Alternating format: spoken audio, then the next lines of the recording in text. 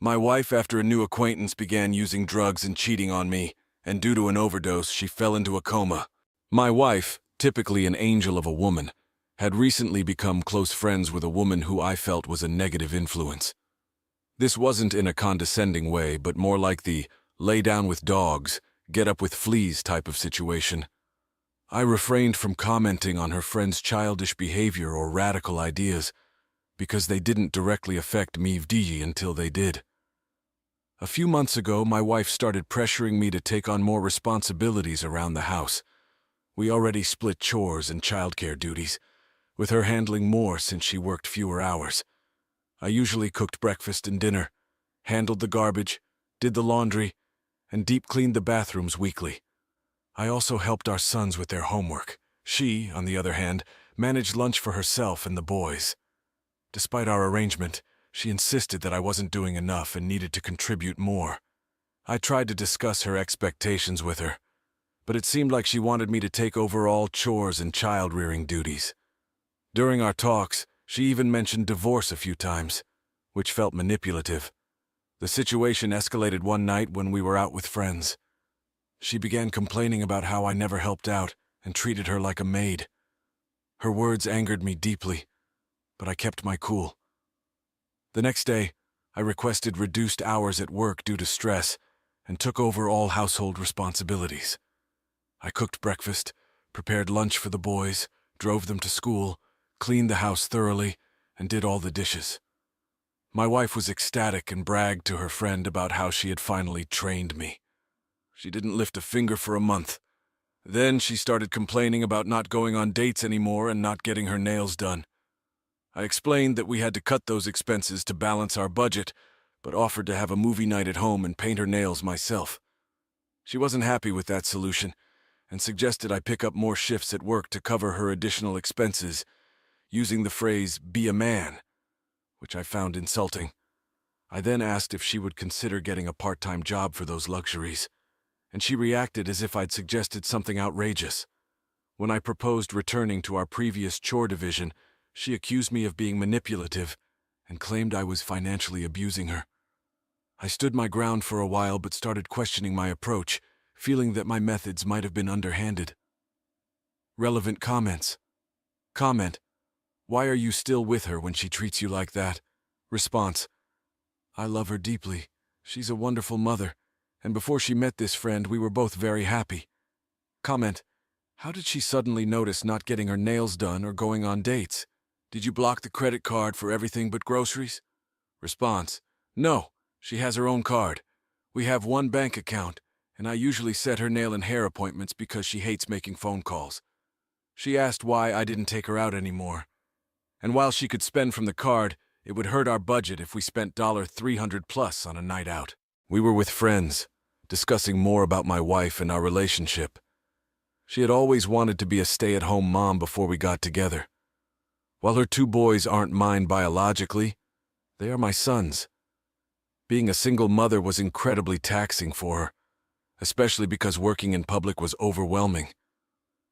I had some experience as a single father myself, as I have a son, but I was looking to advance my career and was more than happy to take over the bills to lighten her load at home. Some people might say, "You're paying to raise another man's children," but I dislike this comment. Those are my kids, no one else's, and regardless of what happens with their mother, I hope they always know that. Our relationship has changed in many ways. In the early days of our marriage, she would give me shoulder and back massages every day after work and play my favorite music when I came home, even though she hates bluegrass. She would make my coffee while I got dressed and always picked up extra crunchy peanut butter from the store, even though I'm the only one who likes it. We had movie nights with the kids twice a week and a date night to ourselves once a week. I've always had trouble sleeping and avoid taking pills for it, so she would prepare the bed for me with the heating pad already turned on and my pajamas laid out. She would run her fingers through my hair until I fell asleep and wake me up herself instead of using an alarm because she knew it put me in a better mood. None of this was asked for. She did it because she knew it made me happy. She was a good wife and wanted to please me. But things changed. This level of care stopped when I cut down my hours at work, and now she does very little. Currently, she's angry, so I'm on the couch, awake and regretful. I think she's stubborn. I don't believe she even wants all this. She just wants to prove that I would do it if she asked. She has a troubled history with men, which is why I tend to be forgiving when things go wrong. It's not something I'm comfortable talking about, but believe me when I say that what happened to her was not her fault. Update post. February 18th, 2024, 6 days later. I've never been in a situation like this before. I am a former addict myself, but I didn't have children then. My wife and I recently had a blowout argument where she admitted to using substances for several months. She has agreed to check into rehab, which we are currently setting up. How do I bring this up to our children without them being judgmental or hateful towards their mother, or worse, falling into the same mental space I'm in? I don't want to lie to them, which is what my wife wants, but I can't see an alternative that won't destroy them or the respect they have for their mother. I'm struggling and have barely slept since this all came out. Any and all advice is appreciated. Thank you in advance. Contact with this friend, or else she will be facing divorce along with everything else. How old are the kids? 8, 11, and 13.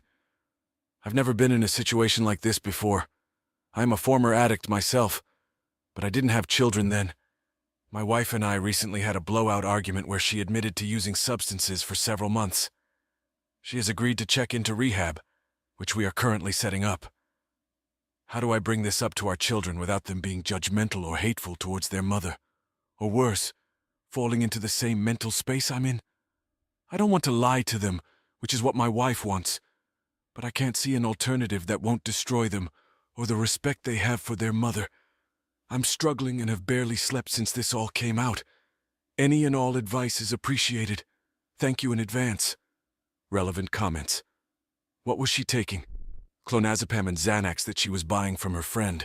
She also admitted to having tried cocaine and several other prescription narcotics, but those were the only two she used regularly. Was this the friend that turned her on to radical misandry? Yes, though it's come to light that it wasn't misandry she was being taught, but flagrant drug usage. I have told her that she goes no. Update post. March 1st, 2024, 10 days from OG post. I was driving my wife to the rehabilitation center we decided on. On the way, she was screaming at me about how she can't believe I'm humiliating her like this, explaining what was happening to the boys, and making her message her dealer friend that they would not be hanging out or using together anymore. She kept saying how she doesn't want to go, and that I am a controlling monster.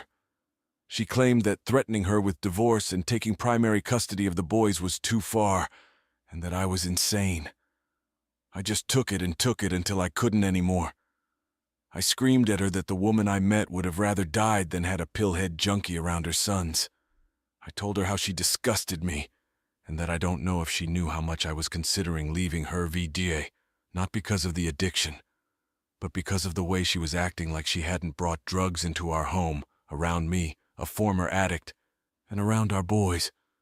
I told her I was beginning to hate her for doing that she was becoming exactly what she always cried about her mother being, and that she was lucky I was here to see it before what happened to her goddamn sons.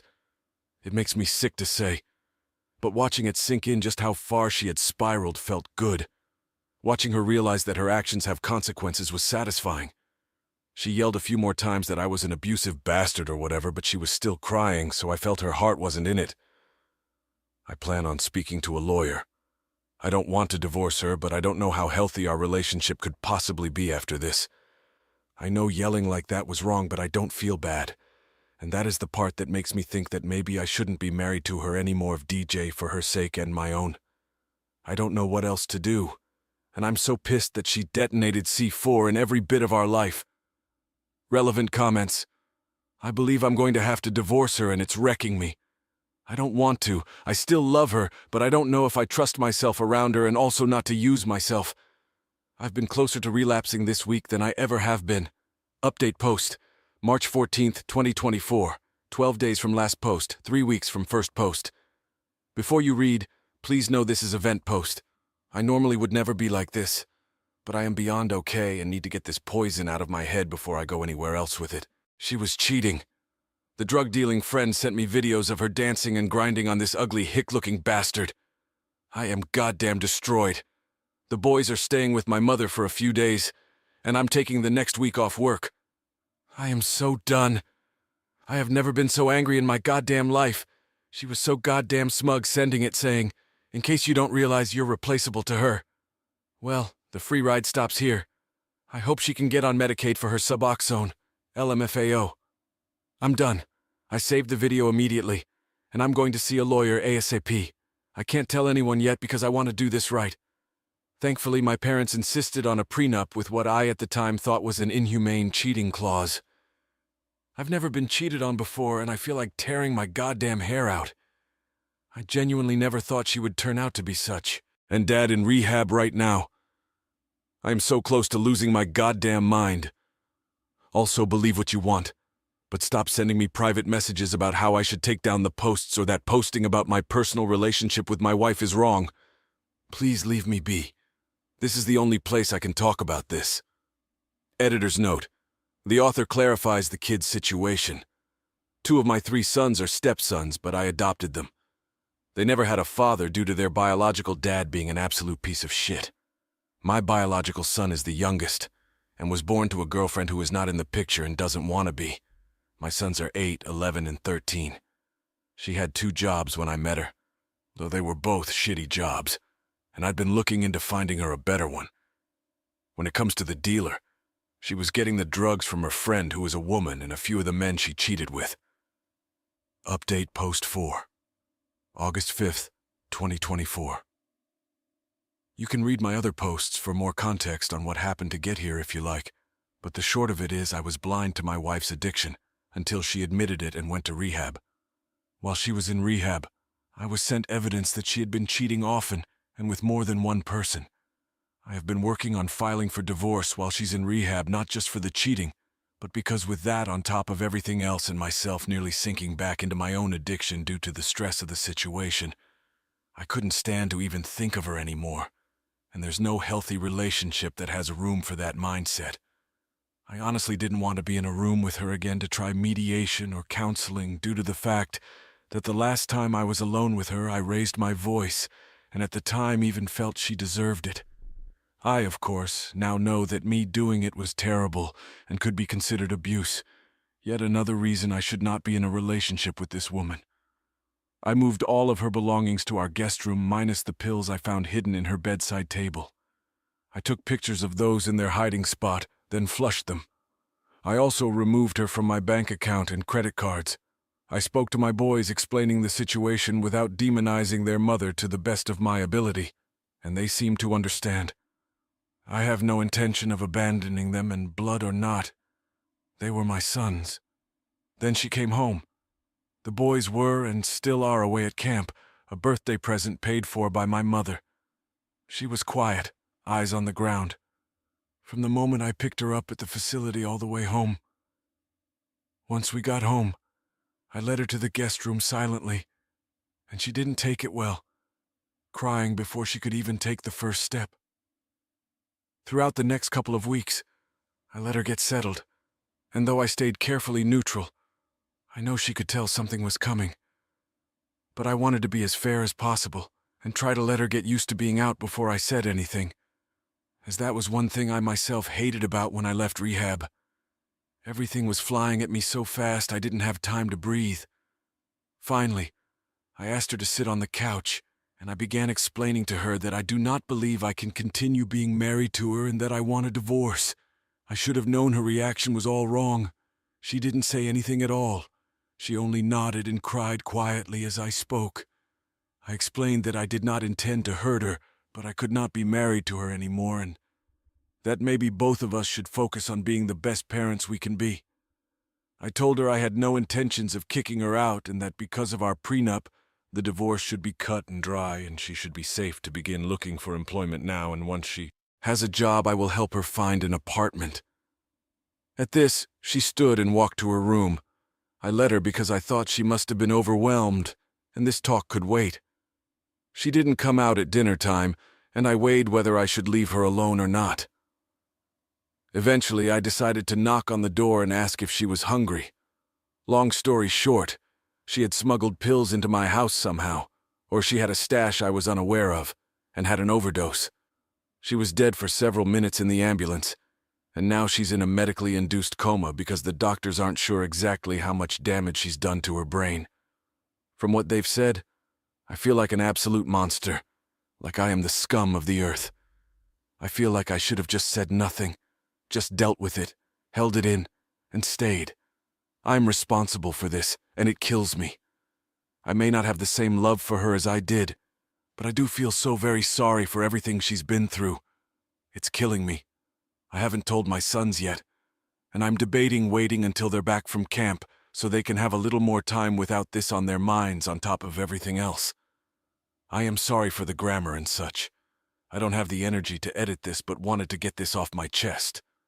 Relevant comments. Where's her family? Not my story to tell, but she doesn't have much family alive, and the ones who are, she's no contact with.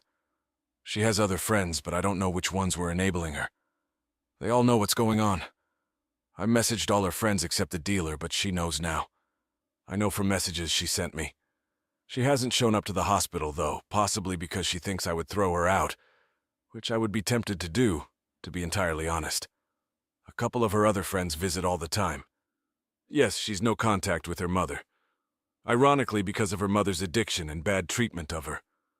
The rest constantly insisted she should see her mother, and even took her boys to her mother's house without her permission. One more clarification on the kids. Yes, because all of our children are from previous relationships. I have adopted the two eldest who aren't mine biologically. Why he did it at that point? I wanted to do it while she's in rehab, but my therapist told me to reconsider, so I did. I was so angry when I found out about the cheating. I wanted to take her belongings to her dealer's house and leave them there, but I knew that was wrong. I knew that once my anger wore off, I would regret it. So now I just want to get the divorce started and over with as soon as possible, so that I can begin trying to pick up the pieces and move on with my life. On top of that, I didn't want to lead her on. And I could tell that she knew something was coming because I can't even stand her touching me anymore. It makes me physically ill. If I had known she was going to kill herself, I could have closed my eyes and grit my teeth and let her do whatever, but honestly, even now, after what she did, I know that isn't feasible for me. I still found myself wanting to start fights, to yell, and I know that I am not a strong enough person to be in a relationship with someone who hurt me that much, who disrespected me, my home, and my children that much, who took my own past experiences with drugs into account so little that she brought them into my home directly under the nose of myself and my children, pun intended. This is as much kindness as I can afford to extend to her anymore for my own mental health's sake. Oops comments on August 3rd, 5 days later. Not awake yet. I took the advice of some of the commenters and went to go get my boys to see if they wanted to see their mother. I explained the situation to the best of my ability, age appropriate, and asked if they wanted to see her.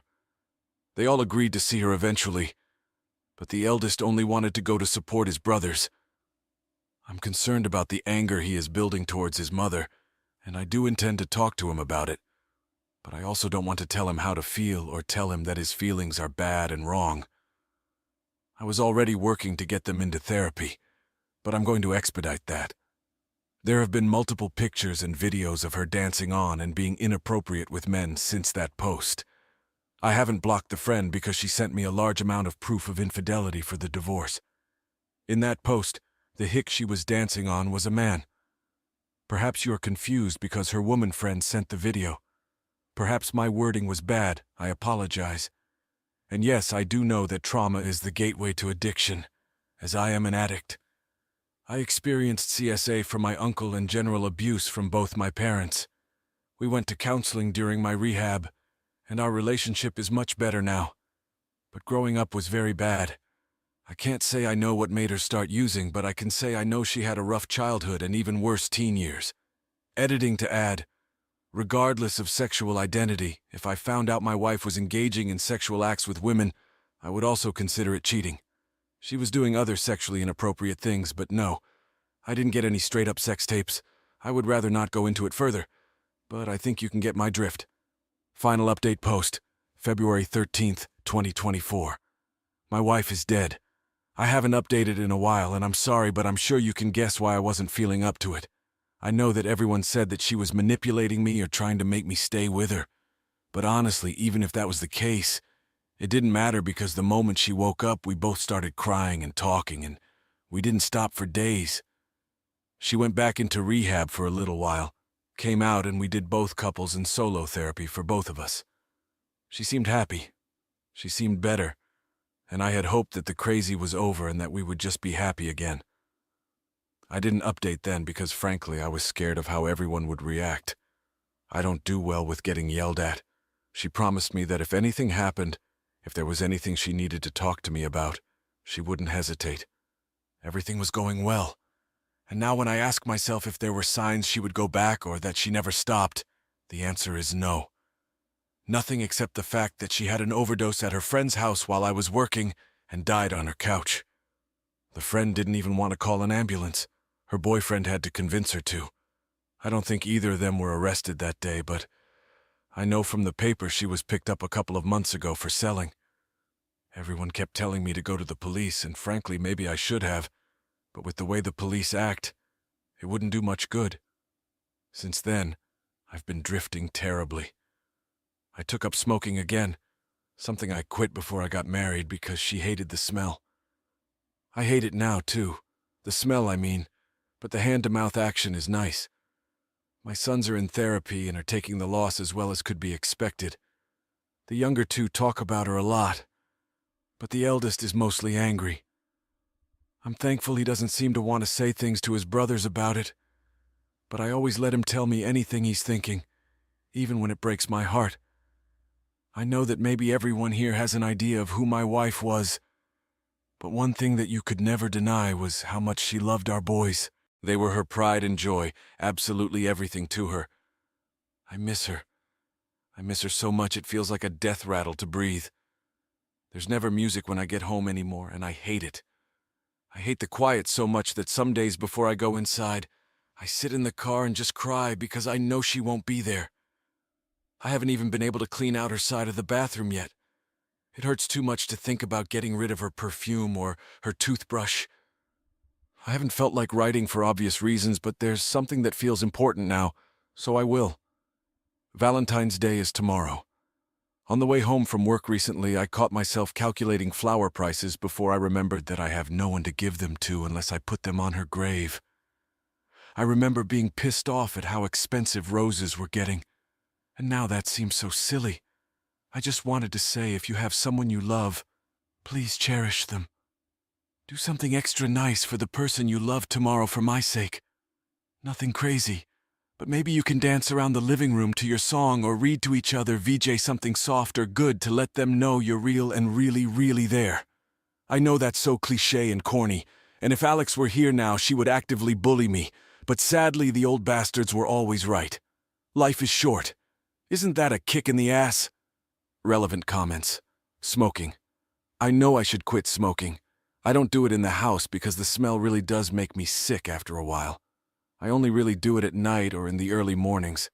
I'm considering getting one of those flavored air ones that are going around with no smoke or whatever, so I can keep the hand-to-mouth thing, which I like a lot, and mist.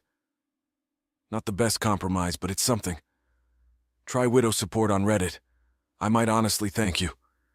Any kind of emotional support right now is going to be welcome. It's hard for me to be emotional around my boys because I hate to make them feel like they're ever in a position where they need to take care of me. Poor kids have been through enough without me losing it, but that could be my own baggage. Do what you need to for yourself, my dude. But that just stood out to me. Thank you, genuinely. I will keep that in mind. I hadn't fully considered that, if I'm being honest, but I can work on it. One last thought from me. Not defending her is so hard for me, but that was the first thing my therapist told me when I asked about my son's VJ, that defending her to them wasn't going to help, and that all I could do was let them talk. My eldest is the only one who really rages about it, but the younger two will eventually, I'm sure. I am also angry in this helpless kind of way that hurts so bad I can't stand to think about it, because if she had just talked to me, I could have helped her, and she would still be here. I'm a former addict myself, and I know I made so many mistakes with my wife, but I swear it was like everything was so good again. We slept in the same bed again and had dates. Everything in my mind just wants to scream and beg to know why she would do this, and I can't. I hate it so much because I tried so very hard not to love her anymore when she was alive, and it didn't work. I don't see myself doing any better now that she's gone, and it hurts even worse because when other people are mad or say negative things, I still want to defend her, to explain every little reason she had and why it wasn't all her fault. But in the end, it doesn't even matter if I do, because she is gone. She won't be here to reap the benefits of that defense or even to care that I changed minds. She won't be here to be respected or disrespected. It feels pointless, but I still want to, and it makes me feel like a terrible person.